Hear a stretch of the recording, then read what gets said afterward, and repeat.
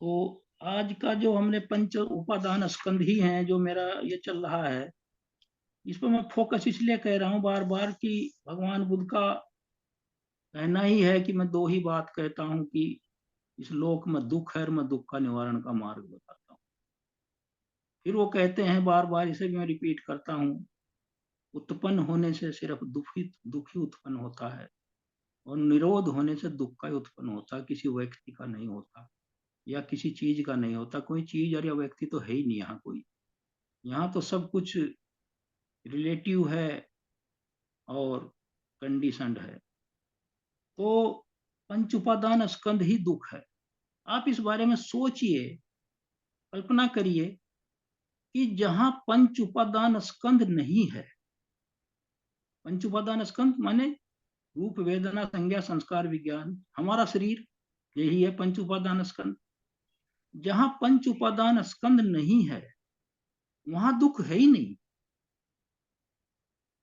इसको सोचिए आप, वहां किसे दुख होगा?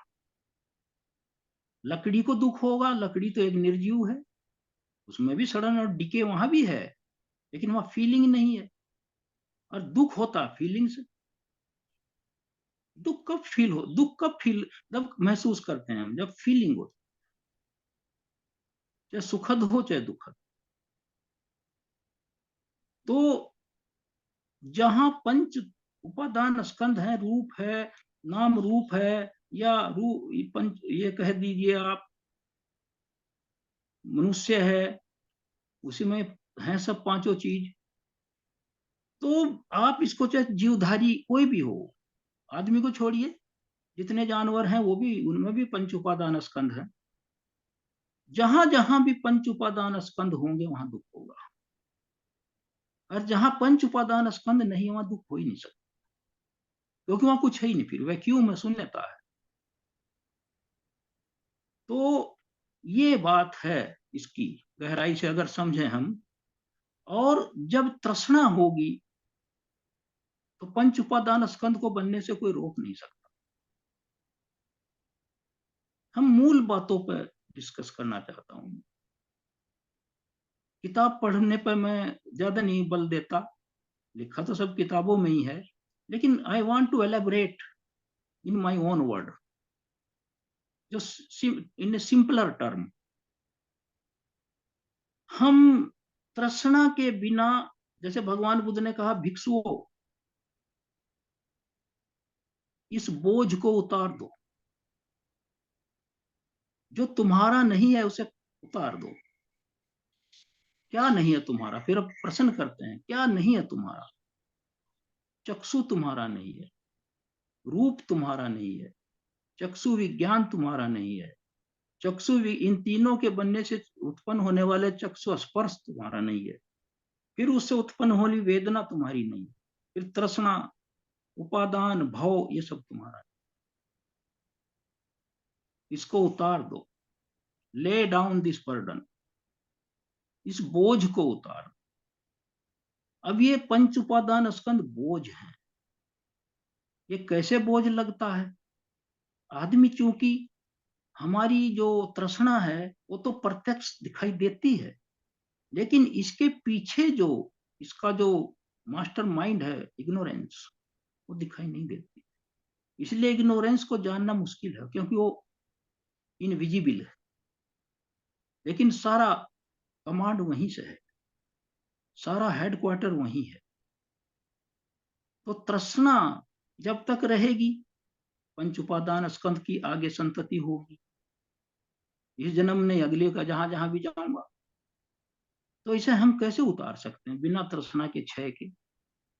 Without the eradication of the craving और द तृष्णा और तृष्णा, हम इसे उतार के कैसे फेंक सकते हैं? उतार कर तो तभी फेंकेंगे हम कि हमारा इसके आगे जाकर रीलिंक कॉन्शियसनेस ना हो, प्रतिसंधि दोबारा ना हो। तो तभी तो ये बॉडी है, ये जला दिया जाएगा डेथ होने पर। आगे जो हमारी तृष्णा से उत्पन्न होने वाले, जो हमारी चित्त की जो मेंटल वॉल्यूशन है, जिसमें सारी चीज समग्र रूप से हैं, राग द्वेष मोह हो, चाहे तृष्णा हो, चाहे वो मतलब हमारे कुशल मतलब यह है चैतसिक हों, जितने भी फैक्टर हैं, चाहे कुशल भी हों, वो जब तक उसमें इम्ब्यूड रहेंगे, उनका जब तक उसमें समावेश रहेगा, हमारे विज्ञान में, हमारे चित्त क्षण में, हमारी सीक्वेंस ऑफ द कॉन्शियसनेस में, जो हमारा जो उसमें जब तक वो रहेंगे, तो हम इस बॉडी को तो जला दिया गया, आगे तो नया बॉडी बन जाएगा ना अगले सांस में ही। तो कैसे हम इसको उतार कर फेंकेंगे? तो इसका मतलब ये है कि हमें तृष्णा को खत्म करना होगा। तृष्णा को तब खत्म होगा जब अष्टांगिक मार्ग, अनित्य दुख अनात्म को समझेंगे हम, प्रतीत्य समुत्पाद को समझेंगे हम लोग। 10 फैक्टर्स हैं, उनको संयोजनों को देखेंगे। तो ये चीज है, ये बोझ कब लगता है शरीर, इससे आदमी ऊबता कब, जो अब नहीं ऊब रहे हम। अब हम मिसगाइडेड लॉट हैं, समझाने पर भी नहीं समझ रहे। ये तब बोझ लगता है जब आदमी इनकैपेसिटेट हो जाता है, जब उसको इतना रोग घेर लेते हैं या बुढ़ापा घेर लेता है, जब वो उठना बैठना चलना उसका दुभर हो जाता है, ये तब बोझ लगता है। तब वो इसी से दुखी हो जाता है शरीर से, क्योंकि उसे कोई उठा के टॉयलेट ले जा रहा है, कोई यूरिनेशन के लिए ले जा रहा है, और कोई नहला रहा है, कोई खाना खिला रहा है, कोई कपड़े चेंज कर रहा है, कोई डायपर बांध रहा है, कोई यूरिन का पॉट बांध रहा है, लगा रहा है कोई।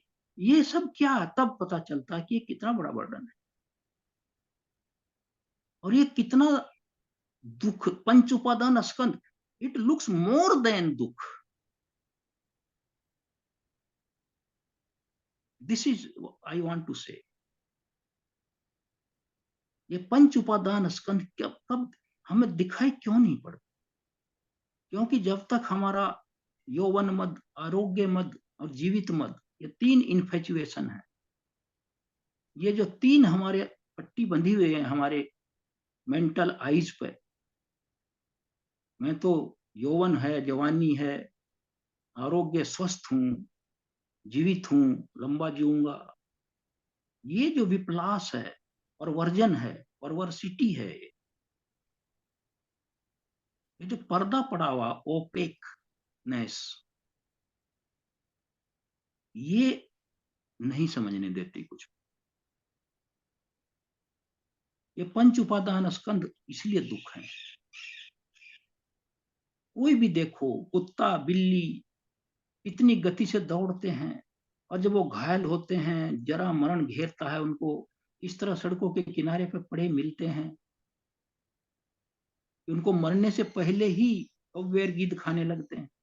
वो मरे भी नहीं, अब चलना फिरना उनका बंद हो गया। आप देखें, डिस्कवरी चैनल में देखिए, मरने से पहले ही उनको डिवाउर करना शुरू कर देते हैं जो दूसरे उनके भोजन है उनका वो। तो पंच उपादान स्कंद कितना दुख है। इसको अगर इस एंगल से सोचें, भिक्षु की परिभाषा भगवान बुद्ध ने क्या कहा अभिधम्म में, तो अभी हमारी वो विशुद्धि मग है, जिसको संसार से डर लगता है वो भिक्षु है। और भिक्षु कौन है? भिक्षु वो नहीं है जो पीले कपड़े पहन रहा, जो धर्म को 4 आर्य सत्य को समझ रहा है। Dress is not a criteria, dress कोई क्राइटेरिया नहीं है। ड्रेस में बी व्हाटसोएवर, कुछ भी हो सकती है वो, लेकिन अगर उसमें प्रज्ञा है, पंचशील है, और वो अपने सीलों का पालन कर रहा है, जिसको संसार से डर लगता है उसे भिक्षु कहते हैं। और भिक्षु किसको कहते हैं? जो हमारे जो भगवान बुद्ध का मार्ग है उसको समझ रहा है, उस पर चल रहा है, वो भिक्षु ही है। आप सब भिक्षु हैं, भिक्षुणियां हैं, नम्रता भिक्षुणी है, उषा बोध भिक्षुणी है, पदम सिंह जी भिक्षु हैं, हमारे जितने यहाँ लोग हैं जो इसमें भाग ले रहे हैं और अपने को इसमें खो रहे हैं, इसमें पढ़ रहे हैं, वो भिक्षु ही तो हैं। तो ये चीजें हैं। तो पंच उपादान स्कंद दुख है। अब इसका आज का तीसरा, और संसार क्या है? संसार क्या है? संसार तो ये पंच उपादान स्कंद ही है। ये जो 6 इंद्रियां हैं हमारी, इनसे जो हम देखते हैं वही संसार है। इनके अलावा संसार कहाँ है? सब में यही है जो मेरे अंदर है। बस हम एक यूनिट्स हैं अलग अलग, लेकिन हमारा तो सब तो, जो हमारा जो केमिस्ट्री तो एक ही है। उसी अनित्य दुख अनात्म से हम, वही सिद्धांत है, वही प्रतीत्य समुत्पाद है, वही जरा मरण के प्रोसेस से गुजरना है हम लोगों को। उसको तो हम अवॉइड नहीं कर सकते, कंट्रोल नहीं कर सकते। इसका क्योंकि कोई कंट्रोलर नहीं है। ये शरीर कहते मैं हूं, मैं हूं, कहां हूं मैं? मेरा क्या कंट्रोल है? इसको सोचिए आप। कोई कंट्रोल नहीं।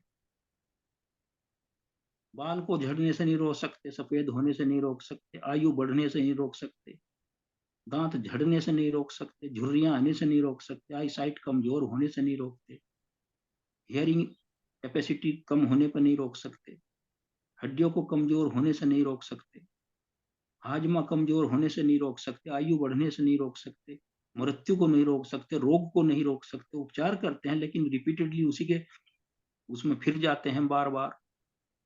तो कंट्रोल कहाँ है? कंट्रोल तो है ही नहीं। इसलिए बुद्ध ने कहा जहां किसका कंट्रोल नहीं, इसलिए तो अनात्म है वो। वहां शाश्वतवाद नहीं है, इम्परमानेंस है, परमानेंस नहीं है। उन्होंने कहा सभ्य संखारा निच्चा, संसार के सभी संस्कार, मतलब जितने हमारे कर्म हैं, वोलिशंस हैं, वो नित्य हैं। सभ्य संखारा दुख, जितने संस्कार है सब दुख। फिर जो तीसरा का है वो भयंकर है, सभ्य धम्मा अनत्ता। धम्मा माने जितने फिनोमिना है संसार के, चाहे वो सजीव हो चाहे निर्जीव हो, चाहे पर्सनल हो इम्पर्सनल हो, सूक्ष्म हो स्थूल हो, फार हो नियर हो, लो हो हाई हो, कुछ भी हो, जितना भी संसार का, थलीय जलीय आकाशीय, जितना भी फिनोमिना है, कहीं भी शाश्वतवाद नहीं। सभ्य धम्मा अनंत। तो जब सभ्य धम्मा अनंता है तो पंचस्कंद दुख अपने आप, ये तो बहुत छोटी टर्म है, इट इज लेसर टर्म, और हम शिकार इसी के हैं। आज का जो इसका थर्ड है, परसेप्शन, एग्रीगेट ऑफ परसेप्शन, संज्ञा स्कंध, संज्ञा स्कंध है आज का। अब ये संज्ञा क्या है? Function of perception is recognition. किसी चीज का संज्ञा, पहचानना, रिकॉग्नाइज करना, परसेप्शन। यस, ये दुख कैसे है? मेरा तो फोकस ही दुख पे है। ये तो आप सब जानते हैं कि पंच उपादान स्कंद में एक संज्ञा उपादान भी है, स्कंद भी है। ये है फिजिकल और मेंटल दोनों है। तो इस तरह हम इसको फील करते हैं, टच करके फील करते हैं, देख के फील करते हैं, माइंड से फील करते हैं, पहचानते हैं। जैसे वहां फीलिंग है, वो तो वेदना, यहाँ संज्ञा है, यहाँ पहचानते हैं। काला है, गोरा है, मोटा है, क्या है, आदमी है, जानवर है, क्या है। फिर विचारों में भी कुशल है अकुशल है, प्लीजेंट है अनप्लीजेंट है। तो 6 इंद्रियों से जितने भी हमारे उनके काउंटर पार्ट हैं, जो सेंस ऑब्जेक्ट हैं, उनको देखने से जो हम संज्ञा उत्पन्न होती है, जो हमारा वो होता है कि ये क्या है, उसकी जो हम रिकॉग्निशन करते हैं, वही संज्ञा स्कंध है। अंधेरे में देखा क्या है भाई सामने, है तो वो एक झाड़ी है, बुशिज है, लेकिन हमें लग रहा कि कोई जंगली जानवर तो नहीं खड़ा है। तो वहां वो विपलास हो रहा है, संज्ञा सही नहीं हो रही है, वो मिस रिप्रेजेंटेशन हो रहा। जब धीरे धीरे उसके हिम्मत जुटाते हैं, दिमाग पर डोर डालते हैं कि हिल डुल नहीं रहा है, एक ही जगह जड़वत खड़ा है, ऐसे तो होता नहीं, जानवर होता या कोई भी होता तो हिलता डुलता, मुझे देख कर कहीं चलता। तो फिर वो सोचता, धीरे धीरे हिम्मत बढ़ती, आगे चल कर यार तो झाड़ी है, मैं इसे बेकार ही जानवर समझता। तो ये संज्ञा जो है कभी कभी हम, इसीलिए संज्ञा विपलास भी है एक, हम मिस रिप्रेजेंट भी करते हैं, ज्यादातर हम मिस रिप्रेजेंट ही करते हैं। जब तक हमें विजडम नहीं आएगी तब तक हम गलत ही उसको रिकॉग्नाइज करेंगे, परस्यू करेंगे। Perception like feeling is six fold, ये भी उसी तरह है जैसे हमें रूप के बारे में, साउंड के बारे में हम परस्यू करते हैं, स्मेल है, टेस्ट है, और फिर बॉडीली कंटेक्ट है, मेंटल ऑब्जेक्ट है जो हमारे विचार है। तो ये इस तरह का है, ये उस तरह के विचार नहीं है जो वेस्टर्न थॉट, जो थॉट थिंकर्स हैं या यहाँ के भी फिलोसफर हैं, कोई दूसरे अदर देन बुद्धा, उस तरह का नहीं है। ये बुद्ध तो पेनेट्रेट करते हैं, वो तो रियलिटी पे पहुंचते हैं, वो कंसेप्चुअल नहीं है, वो रियल है, अनरियल नहीं है वो।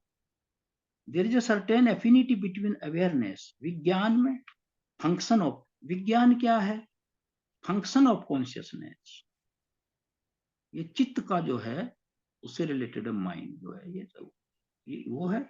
और ये जो रिकॉग्निशन है ये फंक्शन ऑफ परसेप्शन है, हम किसी चीज को रिकॉग्नाइज करते हैं, परसेप्शन का फंक्शन है। ये दो इस तरह का इसमें एफिनिटी है आपस में। तो इसमें जैसे कोई कॉन्शियसनेस जो हमारा विज्ञान है, किसी ऑब्जेक्ट के बारे में तुरंत हम उसको समझ लेते हैं, और mental factor perception takes a distinct, और जब विज्ञान समझ लेगा ये भैंस है, चित्त से हमने देखा और वो जो कांटेक्ट बना तो हमने समझ लिया ये चीजें बफालो। लेकिन संज्ञा कुछ और है, डिफरेंट है, वो कहेगा ओल्ड है, यंग है, या मतलब उसका बच्चा है, काली है, भूरी है, तो ये फंक्शन उसका है, वो तो एकदम पहचान लेगा चित्त से।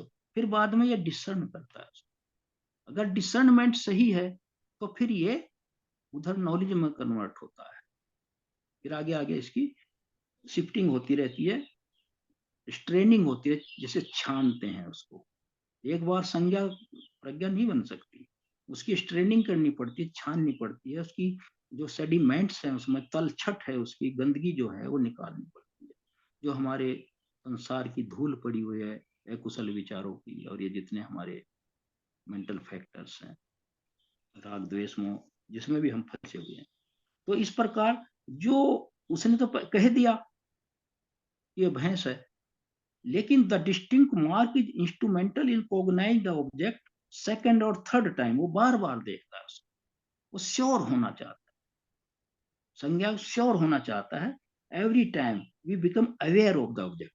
फिर एक चीज में उसके अलग अलग कैरेक्टरिस्टिक्स पे हम पहुंचते हैं, तो वो है दस is a perception that brings about the memory, फिर वो मेमोरी में आ जाता है, फिर आप उसे 10 साल भी नहीं भूलेंगे, हाँ मैंने ऐसा देखा था, इतना इम्पैक्ट है इसका माइंड, वो मेमोरी में कन्वर्ट हो जाता है जो परसेप्शन है। तो ये परसेप्शन है, इसी में इल्यूजन हो जाता, परवर्सिटी हो जाती है, गलत परस्यू कर लिया अगर तो हम फिर दिशा भ्रम हो जाएगा, हम फिर नुकसान भी हो जाता है, फिर हम मति भ्रम हो जाता है, डिस्ट्रैक्शन हो जाता है, वो गलत दिशा में भी चले जाते हैं हम लोग। जैसे होता है ना कि वो पथ से विचलित हो गया, वो उसको सही समझ बैठा जो सही नहीं था। तो इसका भगवान बुद्ध ने एक उदाहरण भी दिया, विपलास कहते हैं, मति भ्रम को विपलास कहते हैं, परवर्सिटी ऑफ परसेप्शन, मतलब यह है संज्ञा विपलास, परवर्सिटी परवर्स, उल्टी दिशा में सोच, जैसा कहते हैं परवर्टेड माइंड, उसी का शब्द है परवर्सिटी या परवर्जन ऑफ परसेप्शन, विपलास मति भ्रम। कैसे इसका उदाहरण भगवान बुद्ध ने दिया है, एक किसान है, उसका खेत है, गेहूं बोया उसने, उसके थोड़े थोड़े शूटिंग निकली, उसके जो अंकुर निकलते हैं शूटिंग, जो उसके निकलती हैं, तो वो बहुत मुलायम होते हैं, हरे हरे। तो उसको वो खाते हैं, चिड़िया भी खाती हैं, उतरती हैं, हिरन और ये जो बाहर के जंगली जानवर सब खा जाते हैं उसको, तो नुकसान होता है। किसान रात दिन नहीं रह सकता वहां। वो किसान उनको भगाता है, तीर मारता, लाठी मारता, डंडा मारता है, या कुछ भी करता है, बंदूक से कोई फायर करता है वैसे ही हवा में। वो जानवरों के माइंड में जो आते हैं, जो ग्रेजिंग करने के लिए, उसकी एक संज्ञा बन गई, इम्पैक्ट बन गया उनके साइके में कि ये ऐसी शकल है इसकी, इसके हाथ में ये डंडा है या जो भी है जिससे भगाता है, और ये ड्रेस है, ऊपर पगड़ी बांध रखी है, यहाँ कुर्ता है, और ये चेहरा है। वो उसके संज्ञा उन्होंने परस्यू कर लिया। जैसे हम लोग देख लेते हैं, भूलते नहीं है, तो वो उसमें उसका इम्पैक्ट आ जाता है। उसके बाद वो किसान क्या करता है, एक इसी तरह फूस का, उसे जैक स्ट्रॉ कहते हैं या स्केयर क्रो भी कहते हैं उसको। तो जैक स्ट्रॉ बनाता है पुआल का या फूस का, उसे बाहें बनाता है, फिर इधर भी बाह बना देगा, फिर एक पुराना कुर्ता अपना फटा हुआ उसमें पहना देगा उसको, फिर एक यहाँ लकड़ी रहेगी बीच में, वो उस पर हंडिया सी टांग देगा, हंडिया सी पर फिर अपनी आंखें बना देगा व्हाइट चूने से, इससे पोत देगा उसको, फिर कपड़ा लपेट देगा पुराना, फिर हाथ में कोई डंडा ऐसे दे देगा। तो जैसे ही वो जानवर आएंगे, उसे देखेंगे तो फिर भाग जाएंगे वो, क्योंकि उनकी मन, वो छवि है उसके आंखों में उसकी। तो ये परसेप्शन है। अब इसमें परसेप्शन दुख कैसे है, ये तो परसेप्शन की डेफिनेशन है कि ये संज्ञा, पंचस्कंद दुख है। यहाँ आपको याद होगा, हमने पहले इसमें एक डिस्कस किया था, मधुपिंडक सूत्र। मधुपिंडक सूत्र का हमने उसका मैं करूंगा मैं, इसे बाद में एक बार फिर रिपीट करेंगे, लेकिन आज उसका पार्शियल अंश बताता हूं आपको, जितना यहाँ वांछनीय है उतना ही बताऊंगा। जैसे इसका भगवान बुद्ध ने एक प्रवचन किया कि दंडपाणि नाम के व्यक्ति ने पूछा कि आपका क्या सिद्धांत है, आप क्या सिखाते हैं इस दुनिया में। गुस्से में पूछा, वो विरोधी पक्ष का था, तो आया वो गुस्से में, क्या बताते हैं आप, या करते फिरते रहते हैं। तो उन्होंने, भगवान बुद्ध ने कहा, वो तो प्यार से बोलते थे, friend, I assert and proclaim such is a teaching that one doesn't quarrel with anybody in the world. मैं वो सिखाता हूं कि संसार में कोई दूसरा किसी से विवाद नहीं करता, विवाद नहीं करता, ना तो देवताओं से करता है, ना मार से करता है, ना ब्रह्मा से करता है, ना इस जनरेशन में साधुओं से करता है, ना ब्राह्मणों से करता है, ना राजकुमारों से लड़ता है, ना जनता से लड़ता है। मेरी यही टीचिंग है कि मैं किसी के भी, मेरे अंदर कोई चीज छिपी हुई नहीं है जो सेंसुअल प्लेजर हूं, और उसमें, और मैं बिल्कुल निश्चल हूं, कोई मेरे अंदर ऐसा नहीं है, और किसी भी चिंताओं से मुक्त हूं। मैं सोर नवे, जिसे चिंताओं का बींधा हुआ, जिसको उसको तीर बींध देता है, मैं उनसे मुक्त हूं, और क्रेविंग, उससे तृष्णा से मुक्त हूं। और मैं यही टीचिंग करता हूं। उसकी समझ में नहीं आया कुछ भी, और क्या समझ में आता उसकी, वो तो वैसे ही था। अब वो तो खैर अपनी भौं नाक भौं सुकड़ के चला गया। फिर उन्होंने, भिक्षुओं ने पूछा कि आप उस दंडपाणी को क्या बता रहे थे, वो भी दूर से सुन रहे थे। भगवान ने फिर भिक्षुओं को कहा, भिक्षुओं, एक सोर्स है, जो स्रोत है, जिसके माध्यम से परसेप्शन पैदा होता है, और उसमें वो जो परसेप्शन और नोशन, हमारे विचार पैदा होते हैं, फिर उसमें किसका टिंज हो जाते हैं, किसका कलरेशन हो जाता है, किसकी छवि आ जाती है, किससे वो प्रभावित हो जाते हैं, किससे प्रभावित हो जाते हैं वो, धीरे से, जैसे कलर है, कोई फ्लेवर है, स्लाइट है, जो परसेप्शन, वो उसका क्या कहा उन्होंने, जैसे थॉट आया, और किसी का कोई घटना घटी किसी के साथ, पीछे अतीत में या वर्तमान में, तो उस, वो जो थॉट है, उसी सिमिलर थॉट पर सोचते सोचते वो उसे अपने से कनेक्ट कर लेते, टिंज्ड बाय मेंटल प्रोलिफरेशन। फिर वो दिमाग जो है घूमने लगता है, वो विस्तार से उसको फैल जाता है, वो प्रोलिफरेट कर जाता है, और फिर वो बिसेट ए पर्सन, उस पर आक्रमण करता है, सेल करता है उसको। If nothing is found here to delight in, और अगर उसमें बुद्धि है तो डिलाइट नहीं करेगा, ना गुस्से में आएगा, और कुछ भी वेलकम नहीं करेगा उसका। और अगर वो उसे ज्ञान नहीं है तो जो एवर्जन है, वाउज है, उसके वाउज हैं, डाउट हैं, मान है, इच्छाएं हैं, बहुत रसना है, अविद्या है, तो उसका भी उससे ग्रस्त होकर वो उसमें फिर वो पूरी तरह गिर जाता है। फिर वो लड़ाई दंगा करने लगता है, हथियार से, लाठी डंडे से लड़ता है, झगड़ता है, गालियां देता है, भेदभाव करता है। तो ये परसेप्शन का ही दुष्प्रभाव, अगर गलत परस्यू कर लिया। और वो गलत परस्यू कैसे करता है, फिर वहीं आती है बात घूम कर। फिर इसका महाकाचान ने जो इसको एलेबोरेट किया, इसको एक्सपाउंड किया, इसका एक्सपोजिशन किया महाकाचान भंते ने। भगवान तो बुद्ध तो कहकर कुटिया में चले गए, तो भिक्षु ने सोचा कि अब किससे पूछें, उनको तो हम डिस्टर्ब नहीं कर सकते। तो कहा महाकाचान, ये सब के सब 80 महास्थवीर थे, इनकी अपनी अपनी स्पेशलाइजेशन थे। जैसे सारिपुत्र धम्म सेनापति, हमारे महामोगलायन थे वो रिद्धि बल के। महाकाचान बहुत उलझी हुई बातों को सीधा करने के, संक्षेप में कही बातों को व्याख्या से समझा देना, विस्तार से समझा देना। इस तरह इनकी सबकी क्वालिटी अलग अलग थी। जैसे हमारे महाकाश्यप थे, वो बिल्कुल स्ट्रिक्ट डिसिप्लिनेरियन थे, वो उससे बड़ा कोई डिसिप्लिनेरियन नहीं था। आनंद थे, उनका जो एक बार सुन लिया तो बस वो माइंड में सेट हो। इनकी अपनी अपनी एक कैरेक्टरिस्टिक्स थी। महाकाचान साहब की ये थी बनते की, अब वो एलेबरेट कर देते थे अगर शॉर्ट में भी भगवान बुद्ध ने कहा। तो जब उनके पास गए वो, तो उन्होंने कहा कि अरे भाई उन्होंने अपनी समस्या समझाई। उन्होंने कहा कि आप जड़ को छोड़कर और उधर पेड़ के ऊपर पत्तों में ऊपर क्या ढूंढ रहे हो? अपने आप को पत्ते कहा, जड़ बुद्ध भगवान को कहा। अब उन्हीं के पास से आ रहे, फिर उनसे पूछते आप, मैं क्या कर सकता हूँ? चलेंगे, वो तो आराम करने चले गए, हम उनको डिस्टर्ब नहीं करना चाहते। तो उसके बाद खैर वो फिर कहने लगा अच्छा ठीक है, वो समझ गए। फिर समझाया उन्होंने, फिर वही बात आई घूम कर, देखिए बात वही आती है।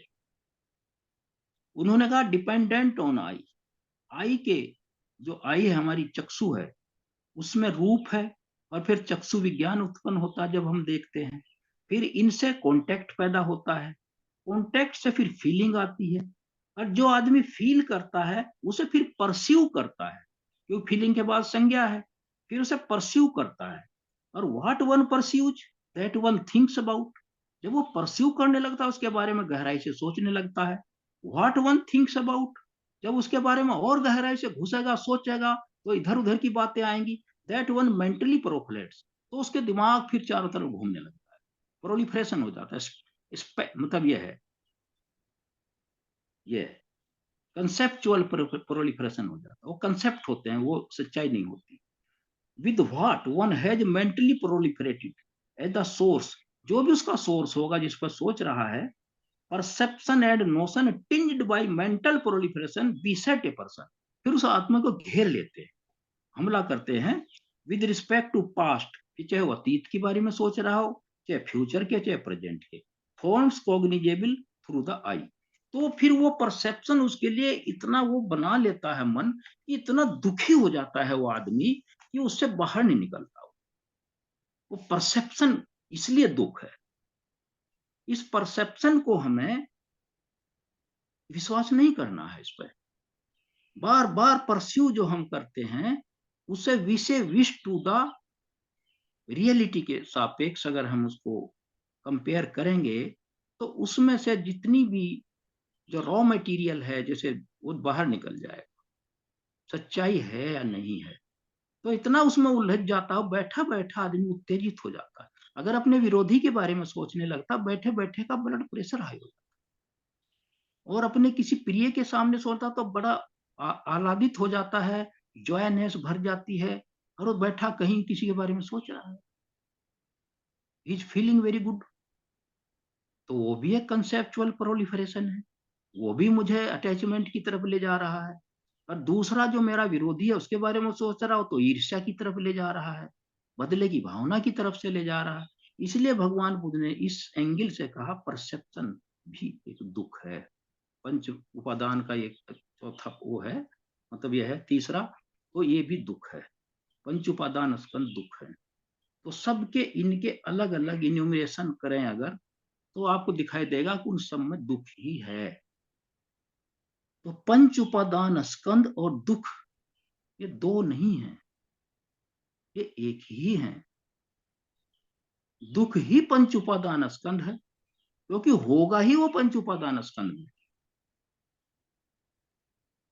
वो हो ही नहीं सकता। मान लिया भगवान बुद्ध का निर्वाण हो गया, सारी पुत्र का निर्वाण हो गया सबका, तो अब उनको दुख कैसे हो सकता? वो तो उनका तो समाप्त हो गया, भव सागर से मुक्त हो गए, वहां कुछ है ही नहीं, विदाउट रिमाइंडर, कोई अवशेष ही नहीं रहा। दुख किसे होगा? जहां फीलिंग होगी। फीलिंग किसे होगी? जहां पंच उपादान स्कंद हो। ये लिंक है। नारद भंते ने से एक बात पूछा, किताब में लिखा उनकी, उसमें भगवान बुद्ध की जो टीचिंग्स है, जो उनकी नारद की अच्छी किताब है, उन्होंने लिखा है उनसे कि उन्हें पूछा कि कर्ता कौन है, भोगता कौन है? अब देखिए, जब यहाँ करने वाला कोई है नहीं, भोगने वाला कोई नहीं, लेकिन फिर भी हम कर्मों का फल तो भोगते ही हैं। हम ये बार बार कहते हैं कि कर्मों का फल हम भोगते हैं। उन्होंने लिखा है कि जो हमारा चित्त है, मेंटल वोल्यूशन, इज द डूअर, वो करने वाला है, क्योंकि चेतना को ही मैं कर्म कहता हूं।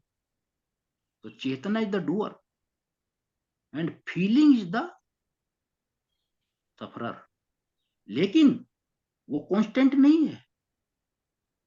जिस चित्त क्षण ने वो कर्म किया, वो पड़ा रहेगा, वो आगे जाकर दुख देगा, और कहीं ना कहीं वो फीलिंग के माध्यम से मुझे दुख देगा, ये उनका कहना है। वो चित्त क्षण कुछ अच्छे भी काम किए मेरे, जो मेरा स्टोरेज है, जो सीक्वेंस है, उसमें अच्छे बुरे, जब भी तो हमारा सुख दुख चलता है। ये जब वो अच्छी सीरीज आ जाती है, हम अच्छे होता है। जब हमारे बुरे कर्मों की सीरीज आ जाती है, हम दुख भोगने लगते हैं। हमारी समझ में आता नहीं मुझे क्या होगा, मैं तो ठीक ठाक था, मैं तो किसी का बुरा भी नहीं किया, अरे पिछला तो देखो। लेकिन इसी को नियति मान लेना, फेटलिज्म मान लेना, ये भी ठीक नहीं है, क्योंकि इसको समाप्त कर हम ही कर सकते हैं। ये वो नहीं है ये कि यही है, ये तो फिर नियतिवाद हो जाएगा ना, प्रीडिस्टाइंड हो जाएगा। तो इसी से तो भगवान बुद्ध ने निकलने का मार्ग बताया। इसी को आप भाग्यवाद ना समझें कि जो मेरा पिछला है वही होगा। वो तो जो कुछ है, उस आप अंगुलीमाल कैसे निकल गए फिर, अमरपाली कैसे निकल गई? तो ये नहीं सोचना कि ये भाग्य, उसको वो भाग्य कहते हैं, हम इसे कर्म कह के मानने लगे, तो क्या, तो हमने वर्ड बदल दिए, वो नहीं है ये।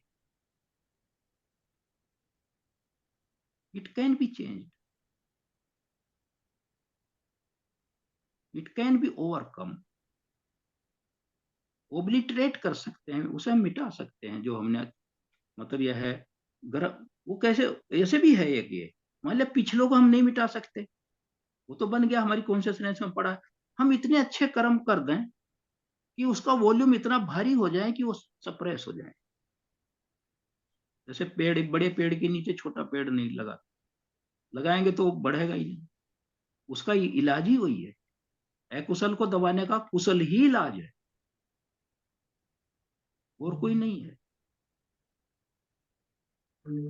इसीलिए ये पंच उपादान स्कंध है, ये इसका थर्ड था, ये संज्ञा का, जो मैं समझ पाया, सरल भाषा में आपको मैंने बताने की कोशिश करी। सबको साधुवाद है मेरा, सबको मेरा नमो बुद्धाय।